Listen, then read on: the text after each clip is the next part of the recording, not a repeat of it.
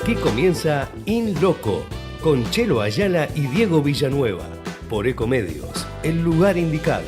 Soy un loco que se dio cuenta que el tiempo es muy poco. Yo soy un loco que se dio cuenta. Bronca, ¿por qué no se desaloja el corte? Pero ¿no? tienen que desalojar ya ellos. Esto me indignaba tanto como a vos. Por eso tomamos la decisión de ordenar las cosas. Ya evitamos más de 1000 cortes de calles con los operativos antipiquetes. Porque con ley y orden, los porteños pueden volver a circular con normalidad.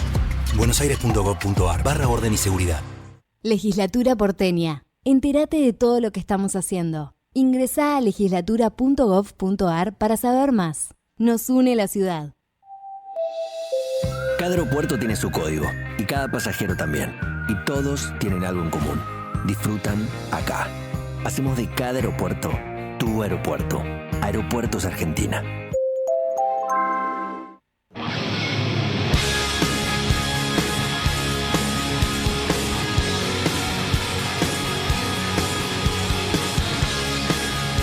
Muy buenas tardes, bienvenidos a In Loco en este 17 de agosto, cuando se conmemora el paso a la inmortalidad del general José de San Martín, libertador de nuestro país, de Chile, de Perú, nuestro máximo prócer nacional, quien falleció en Boulogne-sur-Mer, allá en Francia, el 17 de agosto de 1850. Aquí estaremos acompañándolos entonces en este programa especial, recorriendo parte de nuestro archivo junto a Javier Martínez en la operación técnica. Iniciamos entonces junto a Diego Villanueva, Ramiro Pose, quienes habla Marcelo Ayala, In Loco, en este lunes 17 de agosto.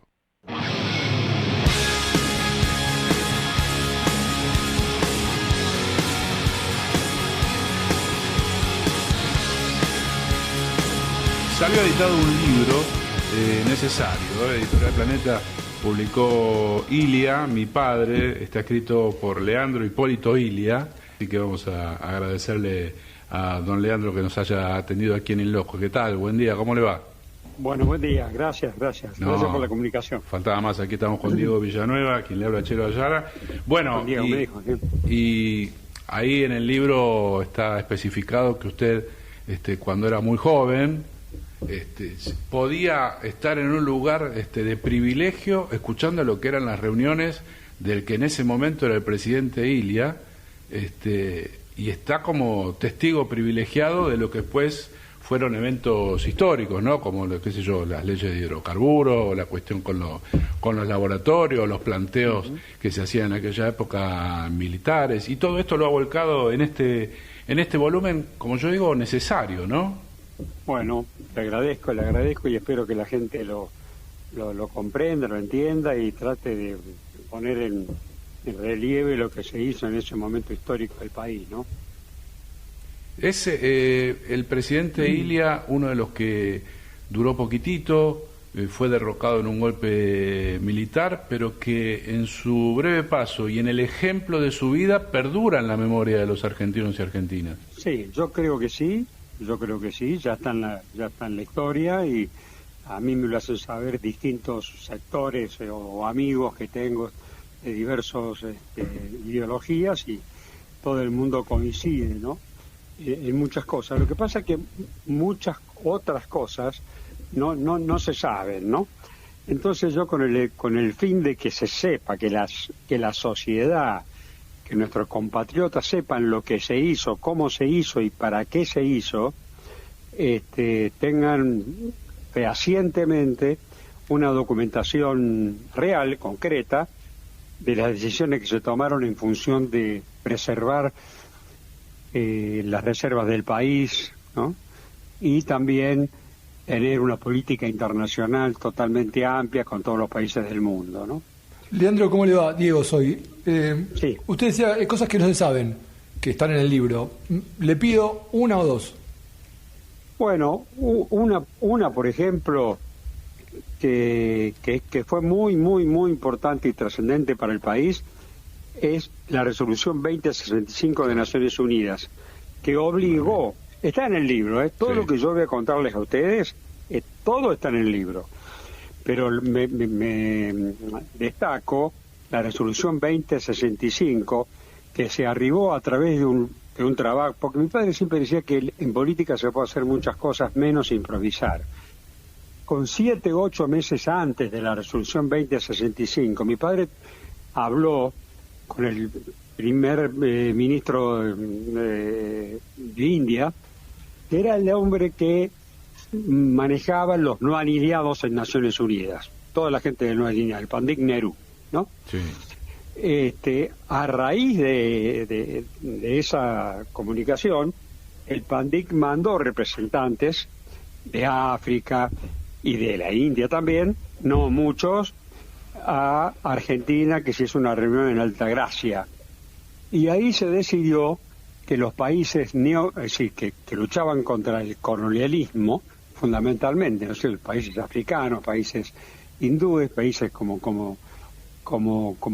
India y como Pakistán, ¿no? De caso, que había sido subyugado por los ingleses. Y en esos tiempos, ¿no? Tiempos de descolonización, ¿no? Exactamente, claro. Exactamente. Bueno, ahí se arribó a una conclusión de que los países no alineados iban a apoyar el reclamo de soberanía histórica de Argentina sobre Malvinas. Y ahí se consiguió la resolución 2065, que obligaba a Gran Bretaña a discutir el tema de la soberanía, que nunca lo discutió. Bueno, para ser conciso, en los primeros días de enero del 66, del año 66, Sí. llegó el representante, el ministro de Relaciones Exteriores, de alguna manera, de Inglaterra, para discutir lo que se había propuesto y se había aprobado en Naciones Unidas, que era empezar a discutir la soberanía, cosa que nunca se discutió en la Argentina. Es decir, nunca quiso el Reino Unido discutir este tema. esa situación. Claro, y al poco tiempo, bueno, vino el golpe y todo se vino abajo. Fíjese usted lo que se hubiera ahorrado. Primero, haber llegado a que realmente Argentina las Malvinas sean de Argentina, realmente. No como una expresión de deseo, sino como una realidad concreta, ¿no? No, pero desde la resolución que aún hoy se sigue argumentando, aún hoy se sigue, claro, para que Inglaterra se acerque a negociar. Claro. Y Leandro, además, fíjese una cosa muy importante. Fíjese las muertes que se hubieran ahorrado Exactamente. en esta aventura que se hizo, ¿no? Exactamente. En el año 82. Sí. Leandro, le consulto algo respecto, lo traigo a la actualidad o parecido. Usted fue Dígame. candidato en 2013, dentro de UNE, en Juego de la Paso, inclusive. Sí, señor. Luego volvió a ser candidato. ¿En qué situación está? ¿No volvió a ser candidato después de UNE? No, sigo en el partido y trabajo únicamente por la unidad del partido y rescatar este partido que está semi muerto. Claro, ¿no? ¿qué laburo Lamentablemente. tiene mucho laburo, ¿eh? No, bueno, con mucha gente que ¿Con quiénes? Queremos que realmente a la Argentina le hace falta un radicalismo en serio, ¿no? Ajá. Yo en el libro, si ustedes lo han leído, lo leen, ahí sugiero la línea fundamental de lo que llevó el concepto estratégico del doctor Ilia, ¿no? Sí. Que es la planificación de la economía. Planificar la economía no significa ser antiprivativista ni proetatista. Significa tener plazos concretos a través de un plan, obviamente. Este gobierno no tiene un plan.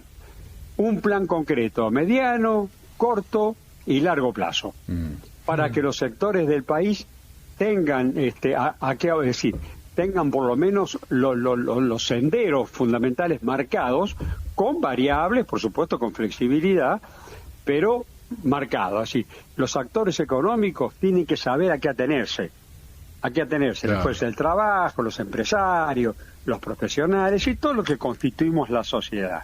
Tienen que saber a qué atenerse. Yo ahí, en el libro, lo pongo porque es un tema muy importante. Está y bien. otro tema, Hay una propuesta ahí y le quería preguntar, Leandro, porque ahí también hay un detalle muy importante durante la presidencia de su padre, que fue levantar la proscripción al peronismo y Así al comunismo, digamos.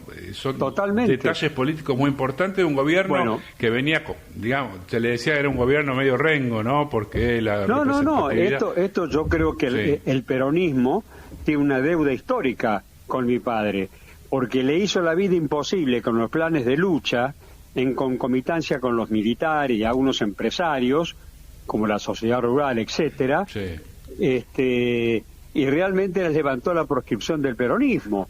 Fue el único que levantó la proscripción del peronismo en este país, es decir, lo incluyó en la vida cívica argentina.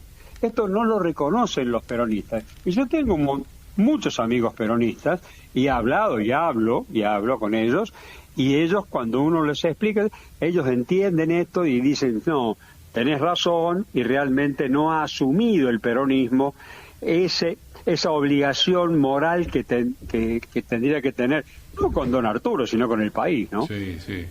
Bueno, allí en el libro se habla que usted, siendo muy joven, tenía este cuartito ahí cerca de donde podía ahí escuché algunas cosas. ¿Por qué no nos cuenta una de las que la gente puede encontrar en el libro Ilia, mi padre?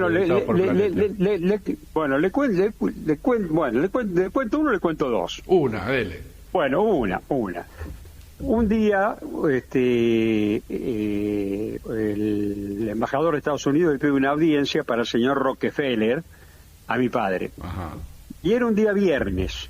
Entonces me parece, sí, mi padre en general recibía en Olivos mucha gente, que era la gente que estaba en el gobierno, es decir, la gente del equipo económico, pero en general no recibía mucha gente extraña al gobierno. Pero ese día, bueno, por una particularidad lo recibió en Olivos. Así que yo tuve la suerte que lo recibiera en Olivos y yo escuchar la conversación. Porque yo, cuando llega Rockefeller, yo lo hago pasar venía con el canciller argentino y con el embajador americano, lo hago pasar al despacho del presidente en Olivos. Y yo tenía este cuartito que yo daba la vuelta y escuchaba, porque dejaba entreabierta la puerta, escuchaba las conversaciones. Entonces le dice Rockefeller, para sintetizarlo, si no es muy largo, para sintetizarlo le dice, mire, presidente, nosotros tenemos la idea de instalar el Chase Manhattan Bank en la Argentina. Mi padre dice, bueno, me parece muy bien, pero yo le pido una serie de exenciones a la Carta Central del Banco Central, a la Carta Orgánica del Banco Central. Sí. Una serie de artículos que obviamente no querían cumplir. Entonces, no quería cumplir Rockefeller. Claro. Entonces mi padre le dice, escúcheme, señor Rockefeller, si yo voy a Estados Unidos y hablo con el Tesoro, le pongo blanco de la nación argentina en Estados Unidos y le pido lo que usted me está pidiendo a mí, ¿puedo hacerlo? No, acá tampoco, le dijo mi hijo. Claro, no, impresionante. Dato histórico. Una, impresionante. No, pienso ahora cómo están las situaciones, ¿no? Que las decisiones económicas se toman en aquel lugar. Y así pensar es. Eso, ¿no? Y no les digo nada con los contratos de petróleo. Ahora le pido otra entonces, ya que me deja picando, a ver. Bueno, bueno, lo que pasa es que no quiero tampoco... spoilear todo, como dicen los pibes, sí. No, pero aparte, recargar siempre las cosas en Estados Unidos, pero la verdad es que la anulación de los contratos al día siguiente de la anulación, que fue una promesa electoral al pueblo argentino y se cumplió totalmente. Contratos que había hecho Frondizi, ¿no? Contratos que había hecho... contratos también, petroleros que había hecho Frondizi basado, no sé si se acuerda, en los contratos de petróleo que hizo Perón. Claro. Que hizo Perón en su momento. Sí. Con algunas modificaciones, pero la hizo Perón. Eran casi las mismas compañías, ¿no? El Standard Oil y otras cosas. Bueno, la cuestión es que viene el embajador y se da la misma situación, que mi madre no estaba haciendo operar en Córdoba privado, tenía un problema de salud, y llega el embajador. Un día también, sábado de la mañana, llega el embajador con el canciller, obviamente. Entonces mi padre se estaba vistiendo arriba, entonces me dice, recibílos, me dice a mí, ¿no? Yo tenía 19 años. Claro, jovencito. Recibílos y hacerlos pasar al despacho. Así que yo los recibo y los hago esperar en el living, digamos, ¿no? Para que mi viejo después decida. Bueno, cuando mi padre baja, porque Olivos tiene un piso, ¿sí? Se baja en ascensor, cuando mi padre baja, lo saluda, por supuesto, saludos protocolares, entonces venga embajador por acá. Entonces le indica el despacho. Entonces Zavala Ortiz quería entrar también. Claro. Dice, no, Miguel Ángel, usted quédese acá, déjeme entrar. Entonces entraron los dos. Entonces yo me doy vuelta y me pongo en la misma piecita, Ahí ¿no? está. Para escuchar. Entonces, frente a frente, mi padre le dice, bueno, muy bien, embajador, cuénteme, dígame. Lo primero que dice, y con tono autoritario, bastante autoritario, le dice, si usted tiene que rescindir la rescisión de los contratos petroleros, Claro. tiene que cambiar, tiene que revocar esa decisión, porque si no, fíjate, mirá lo que dice, ¿no? Si no, Estados Unidos no ayudará más a la Argentina. Bien. Eso fue lo que le dijo. Entonces mi padre le dice, usted viene en nombre del gobierno de Estados Unidos, porque mi padre ya había tenido una conversación con Kennedy, Kennedy, y le había claro. adelantado la posición argentina. ¿Usted viene en nombre del gobierno de los Estados Unidos o en nombre de las empresas? Entonces él, titubeando, porque no se esperaba esa pregunta, titubeando dice, no, también en nombre de las empresas. Claro. Entonces mi padre se levanta y le dice, bueno, todo lo que usted me dice me lo va a tener que decir por escrito. Y un poco lo levantó en vilo directamente. Tanto es así que se sorprendió Zavala, el canciller, Sí. que tan rápido había concluido la reunión. Bueno, esto fue lo que pasó ese mismo día. A la tarde, Estados Unidos cambió a Dean Martin, reemplazó a McClinton, que era el embajador, por otro embajador. Y después tuvo que venir Abel Harriman. Mire, sería largo contarle, si tiene tiempo se lo cuento. Pero removieron al embajador, o sea, a partir Removieron de... al Claro. embajador, pusieron otro embajador y Kennedy mandó a Abel Harriman, un tipo súper importante de la presidencia de Roosevelt, Sí. que había estado en Yalta, con Roosevelt. Claro. Así que mire, le digo el peso que tenía, así, la importancia que tuvo todo esto. Hasta que mi padre le explicó que era insoslayable la decisión argentina irrevocable. Viejo tenía unas convicciones, era muy valiente mi papá, cosa que no sabe la gente. Se lo Bueno. digo a ustedes para que la gente conozca. Por eso muy mismo, valiente. Por eso mismo queríamos charlar con ustedes, Leandro, porque y Bueno. recomendar vivamente este libro editado por Planeta que usted ha escrito. Imagino que también habrá sido un ejercicio familiar. Ilia, mi padre, ya está en las librerías, así que agradecerle Sí, su, bueno, y su también, atención. mire, aprovecho para agradecer a toda la gente de Planeta, Muy bien. que realmente se ha portado muy, muy bien conmigo, y además a Ana Clara Cotet, que fue la chica, la mujer, la periodista excelente, más que periodista, una escritora, ¿no? Sí. De la editorial, que me ayudó mucho en el libro. Así que si no, no hubiera sido posible. Muy Así bien. que a través de ustedes le agradezco también a toda esta gente que ha colaborado. Un fuerte abrazo. Y gracias a ustedes. Bueno, un No, fuerte que siga abrazo. usted muy bien. Bueno, Gracias. es necesario. Un ¿no? abrazo. Un libro, Sí, un libro muy interesante. necesario, un libro necesario para entender aquella época también y ponernos Bien que lo has escrito. en la Argentina de ese momento.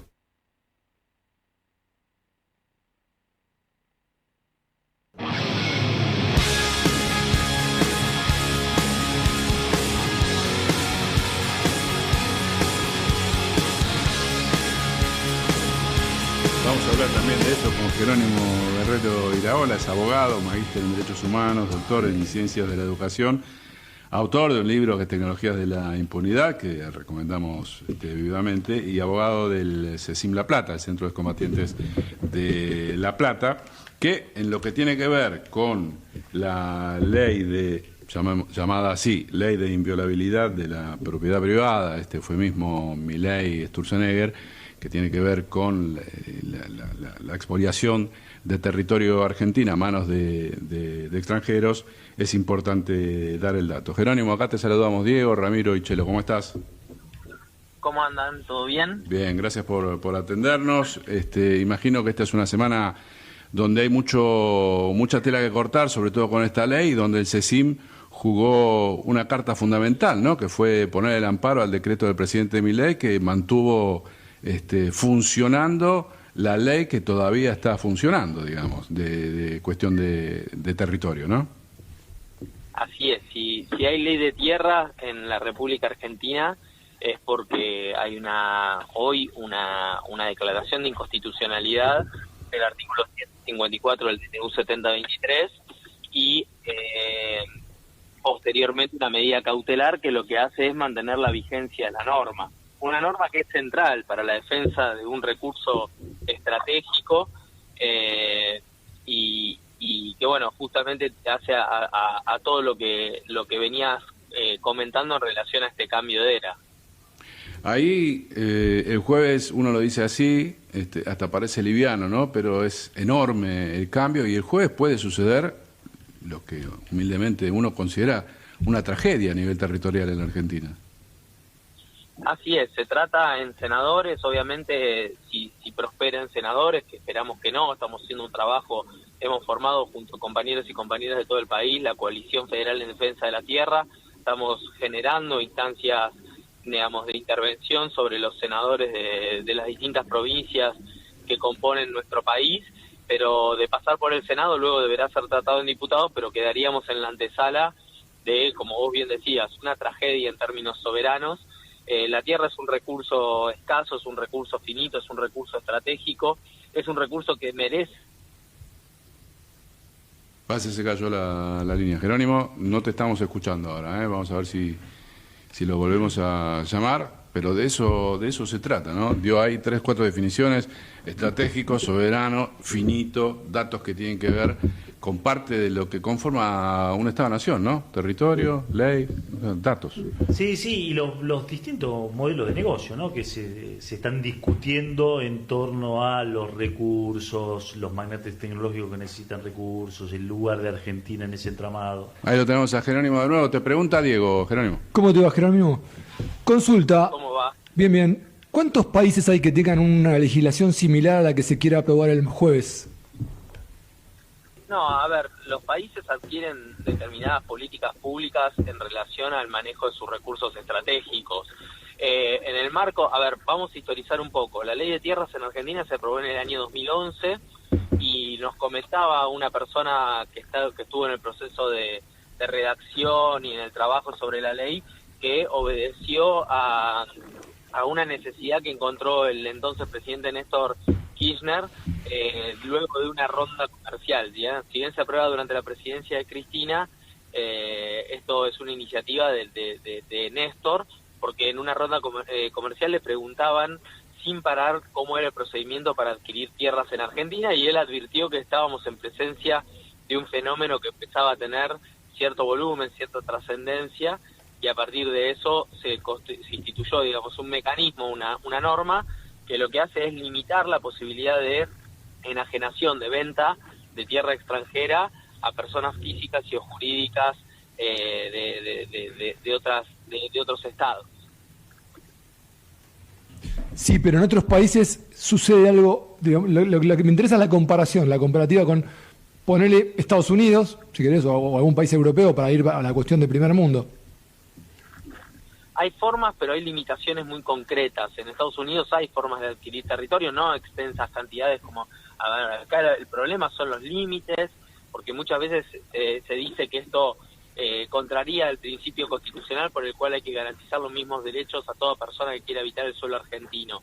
El problema acá es que la limitación es razonable y no se está privando a una persona que quiere comprar un terreno, una hectárea, de poder comprarlo, digamos. Se está privando a un capital extranjero eventualmente de venir y comprarse una provincia, un municipio entero. Nosotros vemos a instancia del mapa de extranjerización de la tierra que hay muchos departamentos, muchos municipios en nuestro país que están extranjerizados en más de un 50%. Esto es una bestialidad.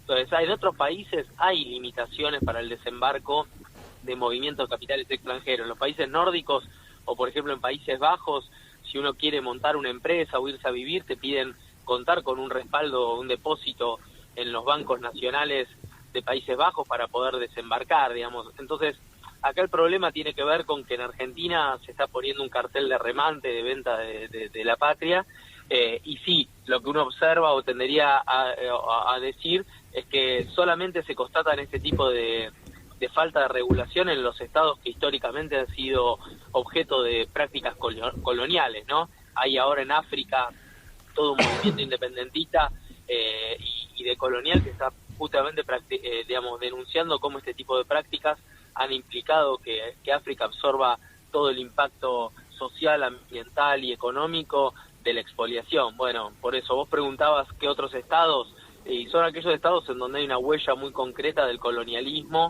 o de las dinámicas coloniales. ¿Y cuál es el comportamiento, vos que estás ahí en el Senado dando vueltas y tratando de ver si, haciendo una especie de lobby para ver cómo se vota, cuál es el comportamiento de los gobernadores que no son teóricamente afines, o por lo menos políticamente uno creería que no son afines al oficialismo nacional? O sea, el peronismo básicamente, ¿cómo va a votar? Porque en base a ellos, de ahí sale la aprobación o no, e involucra a sus provincias esta ley.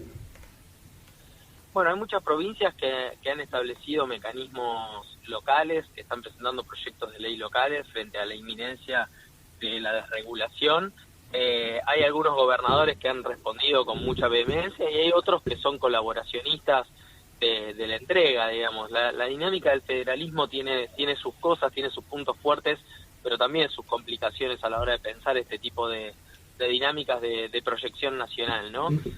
Hoy estamos en una situación bastante empatada, estamos trabajando desde la coalición en una suerte de intervención sobre los senadores y sobre los gobernadores en las provincias, por eso está bueno que la red sea profundamente federal, ahí nos llegan todo el tiempo en el grupo de WhatsApp que tenemos, las intervenciones, cartas, movidas culturales y políticas que se hacen en las distintas provincias, y esto lo estamos articulando desde el llano. Aquí no hay, si bien muchos tenemos participación partidaria y demás, la verdad que esto es política en estado puro. Estamos interviniendo en defensa de nuestra patria porque creemos que de prosperar la desregulación de la tierra en la República Argentina vamos a generar las condiciones, el nuevo estatuto legal del coloniaje en la República Argentina.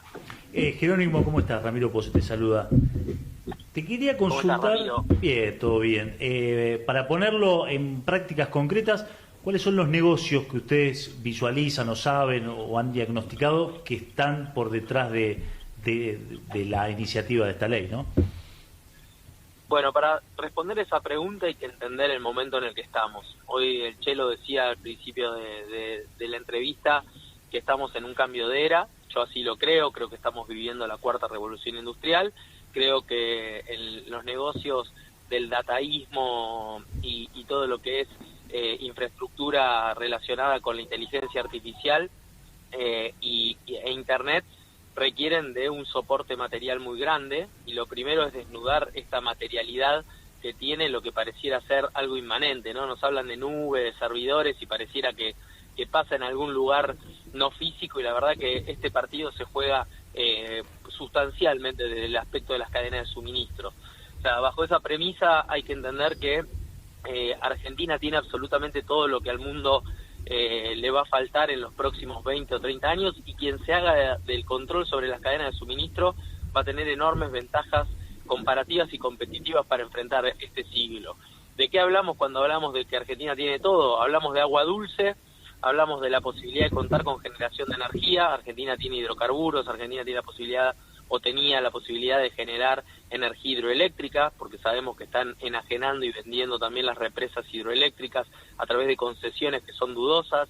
Argentina tenía la posibilidad o tiene la posibilidad, hay que ver qué pasa con la Comisión Nacional de Energía Atómica y Nucleoeléctrica Argentina y el CAREN, de producir energía nuclear. Argentina era pionera. Argentina puede producir energía solar, energía eólica. Argentina puede generar energía a través de la biomasa, energía mareomotriz.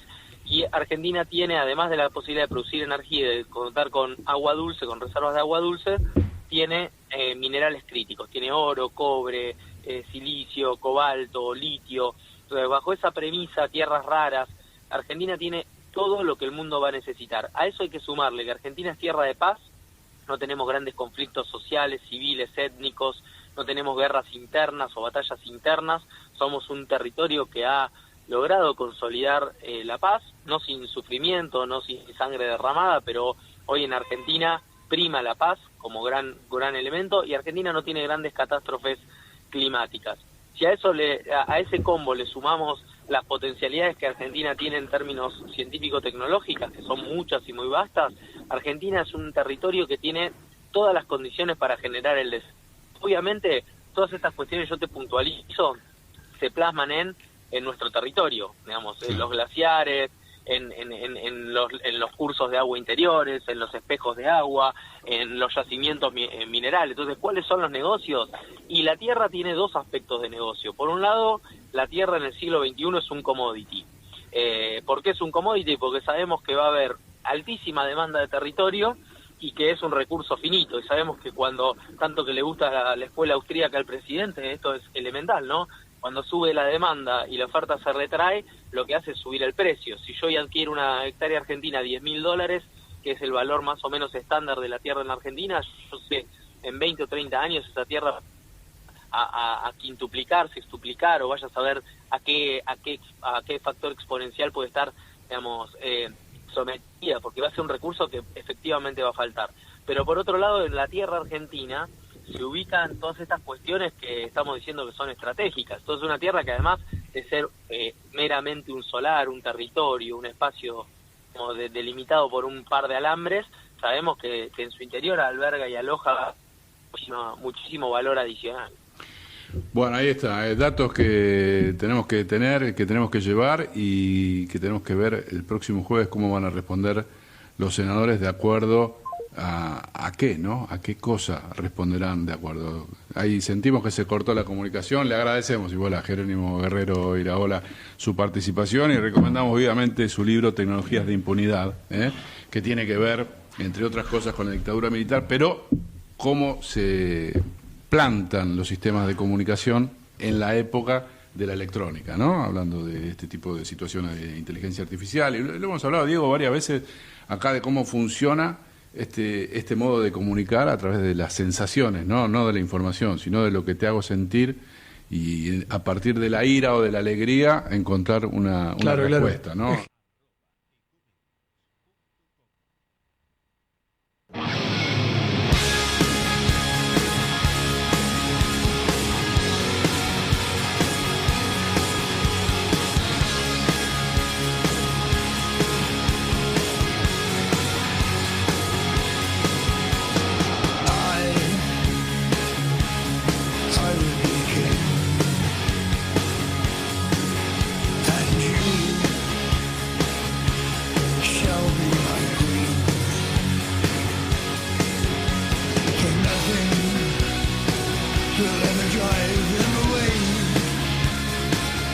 Datos de economía hay un montón, están pasando muchísimas cosas, algunos dicen no, todo viento en popa, una maravilla, y los números y el bolsillo dice otra cosa, por eso ya estamos comunicados con Claudio Lozano, economista, exdirector del Banco Nación, exdiputado nacional. Claudio, acá te saludamos, Chelo Ayala, Diego Villanueva, Ramiro Pose, gracias por atendernos, ¿cómo estás? ¿Qué tal? ¿Cómo les va? Un gusto saludarlos y saludar a la audiencia. ¿Cómo te va, Claudio? Diego soy. Te consulto, Diego? ¿Cómo se puede leer el dato de inflación de la ciudad del otro día? Porque veníamos hablando y todo el mundo venía diciendo que iba en camino al 1%, que iba reduciéndose y de golpe tenemos la ciudad en 2,9% y este jueves se anuncia en general uno que es más grande, que es el de Nación. Mirá, en realidad las proyecciones que se venían manejando indicaban que este mes de julio iba a estar por encima de junio. O sea, en ese sentido no es novedoso lo que pasa con el número que dio la ciudad. Sí es novedoso la magnitud del incremento porque saltó de 1,8 creo a 2,9. Sí. O sea que es un aumento, no es un aumento menor, es un aumentón.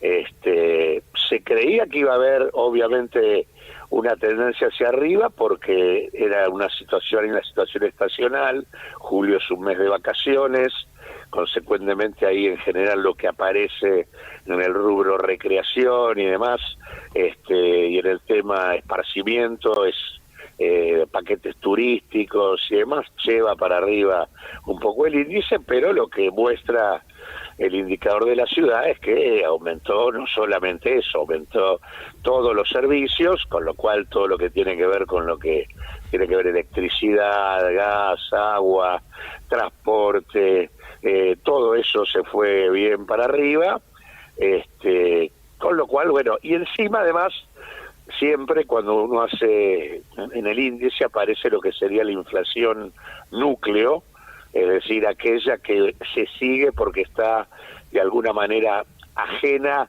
a los movimientos estacionales, es decir, no se quita, digamos, de la medición aquellas cosas que te acabo de mencionar de carácter estacional, y al quitar eso, igualmente la inflación núclea termina dando, en lugar de cerca del 1,8, da 2,2. Con lo cual indica que hay una tendencia hacia arriba que de alguna manera rompe, por lo menos en principio, lo que era la desaceleración que se venía dando desde marzo, abril pasado. Así que en ese sentido es un indicador de que el argumento que había barajado Milei primero y Caputo después, de que íbamos a estar en agosto discutiendo la inflación cero, una vez más es un macanazo, y la idea de que teníamos por venir los 18 meses más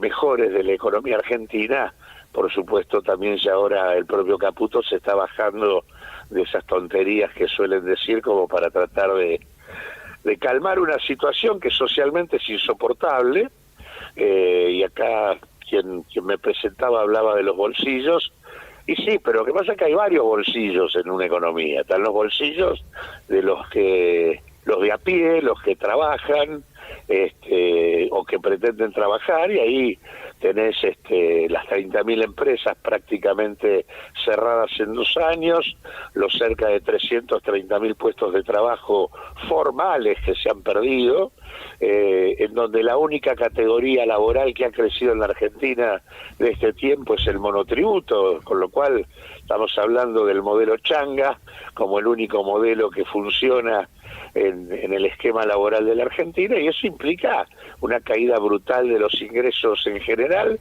una caída del consumo, una nueva etapa de un proceso de industricidio. Es el cuarto industricidio que viene viviendo la Argentina en los últimos 50 años. El primero lo vivió con Martínez de Oz, el segundo lo vivió con Menem y Cavallo, el tercero con Macri, y estamos en el cuarto.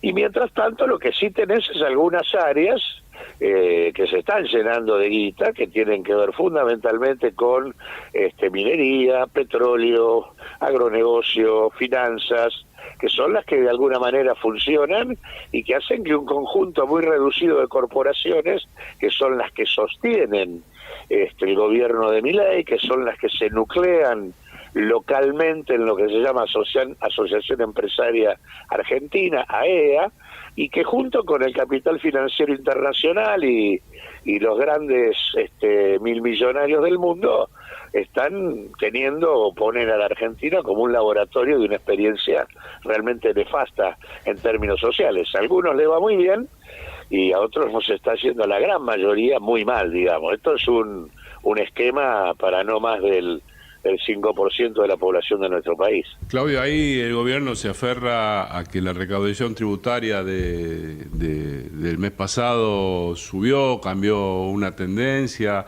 ¿Este dato es tal cual? ¿Es espurio? ¿Cómo lo ves esto? Y es lo mismo que dijeron en mayo. Acá, después de 10 meses de caída permanente de la recaudación, aparece un número para arriba, pero lo que no dicen es que en realidad hubo una serie de modificaciones administrativas en términos de vencimientos de ganancias y demás, que hacen que ciertos impuestos hayan dado para arriba, pero en realidad los aportes, digamos, todo lo que es las contribuciones patronales y aportes previsionales vinculados a la masa de salarios da para abajo, el impuesto de débitos y créditos, que es un indicador del movimiento de la actividad económica por vía bancaria, también da para abajo, los impuestos ligados al comercio exterior, tanto exportaciones como importaciones, dan para abajo, con lo cual cual nadie puede todavía, a partir de esto, decir que cambió la tendencia. La tendencia va a cambiar cuando tengas un nivel de actividad económica y que se recupere. Es la única manera en que la recaudación en la Argentina, por el tipo de esquema tributario que tiene la Argentina, en donde el grueso de la recaudación está asociada al mercado interno, si vos tenés un mercado interno planchado, la recaudación se plancha. Y la verdad es que como estos señores, además de planchar la actividad, no le cobran un mango a los ricos, que serían los únicos que estarían en condiciones de aportar, los únicos impuestos que te podrían dar guita no te dan. Con lo cual la caída es mucho más complicada y están en una suerte de trampa que se llama, en términos de la teoría económica, trampa de la austeridad. En realidad es la trampa de la recesión. O sea, si vos estás en recesión y tenés un esquema impositivo que se basa en impuestos sobre la actividad económica, al caer la actividad caen los impuestos, con lo cual si vos querés mantener, como estos señores quieren mantener, un superávit para pagar deuda, eso los obliga a ajustar el gasto. Al ajustar el gasto vuelve a caer la actividad económica, porque eso deprime aún más la demanda general de la economía al bajar el gasto público. Al volver a caer la actividad económica vuelve a caer la recaudación y volvés a tener que ajustar el gasto, que es el proceso en el que estamos del último año y pico, año y medio en la Argentina, y de ahí no se sale por la vía digamos, lo único que podría modificar la situación es o bien una fuerte modificación impositiva donde le cobren ganancias y patrimonio a los sectores más enriquecidos de la sociedad argentina, es decir, a los que están ganando, o que cambien el esquema de la política y recuperen el mercado interno. Claudio, ninguna de las dos cosas las están haciendo. Claudio, ¿cómo te va? Ramiro Pose te saluda. Aprovecho, bueno, a partir de este diagnóstico que haces, donde todas las variables dan mal y la inflación, que era la gran variable que sostenía o que prometía el gobierno, tampoco da, ¿cómo lo ves esto en una traducción política de cara al año que viene? Y teniendo un poco la experiencia de lo que pasó en la última legislación, en la última sesión en el Senado, ¿crees que puede haber que esto se pase al plano de la política con alguna alternativa? Sí, yo creo que sí, creo que hoy la mayor parte de la población sabe que acá no hay perspectiva. El único tema aquí es que lo que no aparece es una estrategia clara de una construcción política diferente que proponga una alternativa y una perspectiva de futuro. Eso todavía está en discusión, hay un proceso, yo te diría, finalizó un ciclo político en la Argentina, el ciclo político que comenzó en el 2001-2002, termina en el 2023, todas las expresiones populares que intentaron en ese periodo, me refiero a las experiencias del kirchnerismo o de la izquierda, que buscaron distintas alternativas para construir un orden social distinto a las propuestas neoliberales, de alguna manera se ven derrotadas en la elección del 2023 y hay un proceso de rediscusión, de realineamiento, de debate político, y eso viene atrasado. La sociedad está cada vez más, y lo muestran las encuestas, cada vez más convencida de que este gobierno es el responsable de lo que pasa y de que con esto no resolvemos los problemas ni la perspectiva de los argentinos. Las encuestas están marcando 60% de desaprobación con toda tranquilidad para el gobierno y para la imagen del presidente de la nación.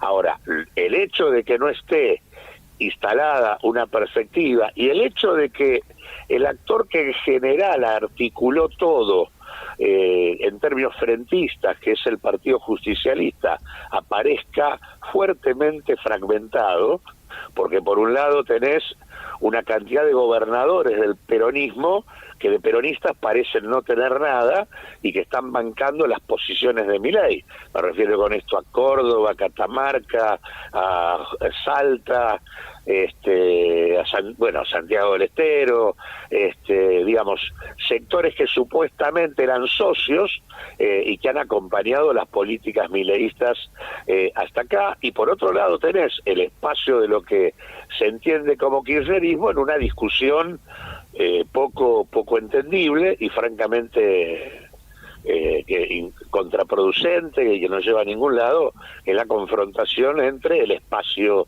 más ligado a Cristina y el espacio más ligado a Axel Kicillof. Eso hace que lo que debería ser un articulador de una propuesta está con dificultades para hacerlo. Así que en ese marco también, bueno, la izquierda por su parte hace rancho aparte, cuando en realidad acá tendríamos que apuntar, y por lo menos nosotros trabajamos en esa dirección, a un gran frente que involucre lo mejor del espacio nacional y popular del peronismo y lo mejor de la experiencia de la izquierda en una perspectiva con una agenda clara de transformación y con democracia interna, es decir, todo lo contrario a lo que fue el Frente de Todos, donde no había ninguna agenda, no había ningún acuerdo, no había democracia interna y consecuentemente se terminó en una suerte de gobierno, de desgobierno, con una interna a cielo abierto, que impidió y que llevó a todos a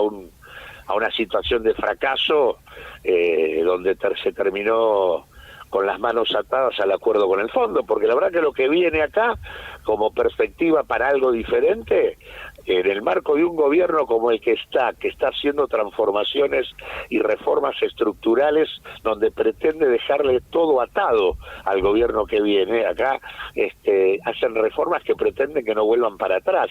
El gobierno que venga va a tener que desconocer muchas de estas definiciones, va a tener que desconocer el RIGI, desconocer el super RIGI, desconocer la reforma laboral, obviamente va a tener que desconocer si se sigue avanzando en la idea de la extranjerización de la tierra, desconocer lo de glaciares. O sea, hay un montón de cosas que hay que desconocer y va a haber que discutir muy diferente el tema de la deuda. Entonces, un gobierno de esa naturaleza necesita mucha convicción, fortaleza, homogeneidad política y decisión para poder plantear un rumbo diferente. ¿Vos planteás una interna entre esos sectores que mencionaste?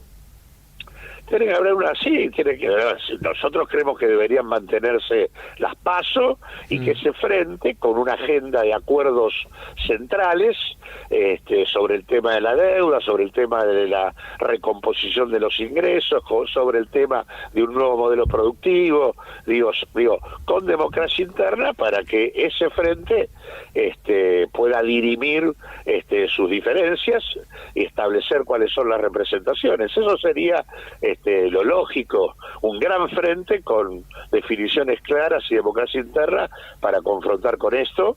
Me parece que eso es lo que hay que hacer. Claudio, algo de lo que vos decías, se está viendo una especie con esto del superávit. Hoy lo dijo el vocero presidencial, admitió que se está usando la guita de las rutas, por ejemplo, para mantener un superávit ficticio.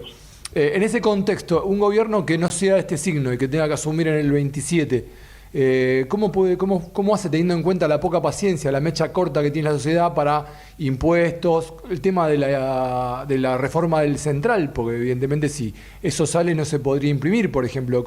¿Cuál sería el primer camino en la economía? No, primero hay que desconocer esas reformas. Esa reforma del central, lo primero que hay que hacer es tirarla a la basura. Es un disparate todo. En segundo lugar, este gobierno está mintiendo con el superávit, no ahora, desde hace rato.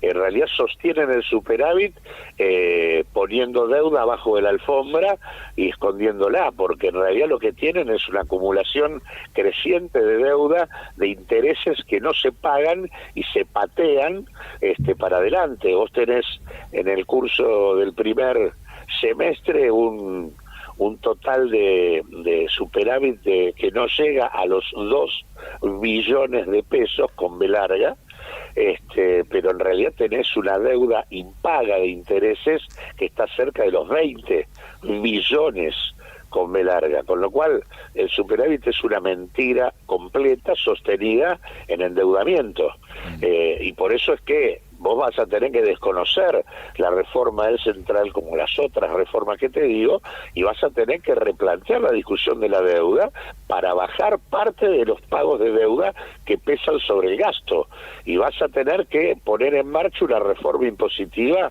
que se concentre sobre los multimillonarios de la Argentina, sobre las principales, sobre las rentas extraordinarias que la Argentina tiene en sectores como agronegocio, como petróleo, como gas, como minería y demás. De allí salen las fuentes para financiar un esquema fiscal ordenado, por un lado, y que al mismo tiempo pueda hacerse cargo de la situación. No se puede seguir sosteniendo esta locura. Acá no hay ninguna, todo el verso de la disciplina fiscal es una mentira. Esto es un proceso de destrucción de las capacidades estratégicas del Estado argentino. Eso es lo más grave de lo que está ocurriendo, porque eso es lo que es más difícil reconstruir. El problema de recomponer ingresos y gastos es una cosa que es, si uno modifica la tendencia de la política y va sobre los sectores de mayor poder económico, las cosas cambian. Ahora, para hacer eso primero tiene que haber vocación de hacer eso, convicción política. Por eso digo que tiene que haber un frente que tenga una agenda sostenida en esa idea. Si no está sostenida en la idea de que hay que confrontar con un núcleo de poder que es el que está sentado en el gabinete. El tema no es Milei, el tema son los que están sentados en el gabinete, que son representantes directos del capital financiero internacional y las principales corporaciones de la Argentina. Digamos, no es casual tener a personajes que vienen del Deutsche Bank o que vienen del Morgan, y que están al frente del Banco Central y del Ministerio de Economía. Vos tenés los principales cargos ocupados por accionistas, directores o ejecutivos de las principales empresas del país. Ese es el gabinete del Ministerio de Economía y es el gabinete del Ministerio del Interior. Son ellos los que fijan estas políticas, y por lo, o sea, se puede decir, vos tenés que tener no solo la decisión de terminar con Milei, cosa que habría que hacer. Acá es increíble que frente a los niveles de inconstitucionalidad y de corrupción que tiene este gobierno, todavía no haya juicio político sobre el gobierno, pero bueno, que es un recurso institucional para terminar con esto hoy. La verdad, esa es la principal locura, porque si se les sigue permitiendo a estos señores que de acá a octubre del año que viene hagan lo que quieren y creen, lo que van a seguir es atándote las manos y haciéndote todo cada vez más difícil. Acá el primer frente que habría que hacer es para terminar hoy con esto y abrir un tiempo de transición y de convocatoria a elecciones, porque estos señores no están haciendo reformas, no están haciendo modificaciones cosméticas, están haciendo reformas donde comprometen, por ejemplo, estabilidad fiscal a 30 años, y si vos querés modificarlo tenés que discutir con el CIADI. Claro. O sea, vos, digamos, con lo cual te obligan primero a una confrontación interna, teniendo que decirle a sectores con cierta capacidad y poder: miren, muchachos, no van a tener 30 años de estabilidad fiscal, y además tenés que romper con el CIADI, porque no podés ir a esos tribunales, porque eso es ir a que te maten. Te invocan siempre. Entonces el tema es que estos señores lo que hacen es, con cada reforma, aumentar el grado, eso es lo que buscan, de irreversibilidad de lo que están haciendo, de manera tal de que el próximo gobierno que llegue tengas a alguien que te diga: no, mirá, sí, está muy bien lo que vos decís, pero no se puede hacer. Si el no se puede estuvo al orden del día en varios gobiernos progresistas que hemos tenido, imagínate ahora. Por eso es que tiene que ser seria la nueva confluencia política que se conforme, para que convoque a la sociedad a algo serio. Discutamos en serio lo que está pasando, no es joda lo que está pasando en la Argentina. Bueno, ahí queda abierto entonces el llamado y la reflexión también para los distintos factores políticos que tienen que empezar a trabajar seriamente para el próximo año presentar una alternativa y contar todas estas cosas también de alguna manera en sus plataformas políticas, no dejarlo como una cuestión de un River Boca, a ver quién gana. Simplemente el que gane, que plantee estas discusiones como corresponde. Claudio, te queremos agradecer el tiempo que nos has dado, mandarte un fuerte abrazo y será hasta la próxima. No, al contrario. Gracias por convocarme. Un abrazo a todos. Un abrazo. Un saludo grande. Economista Claudio Lozano, fue diputado nacional de la Ciudad de Buenos Aires por su partido, él es presidente de Unidad Popular, ¿no? Fuerte. Y es integrante del Instituto de Pensamiento y Políticas Públicas, que es el Centro de Estudios de Unidad Popular, y fue director del Banco de la Nación Argentina. Sí. Juicio político y llamado a elecciones.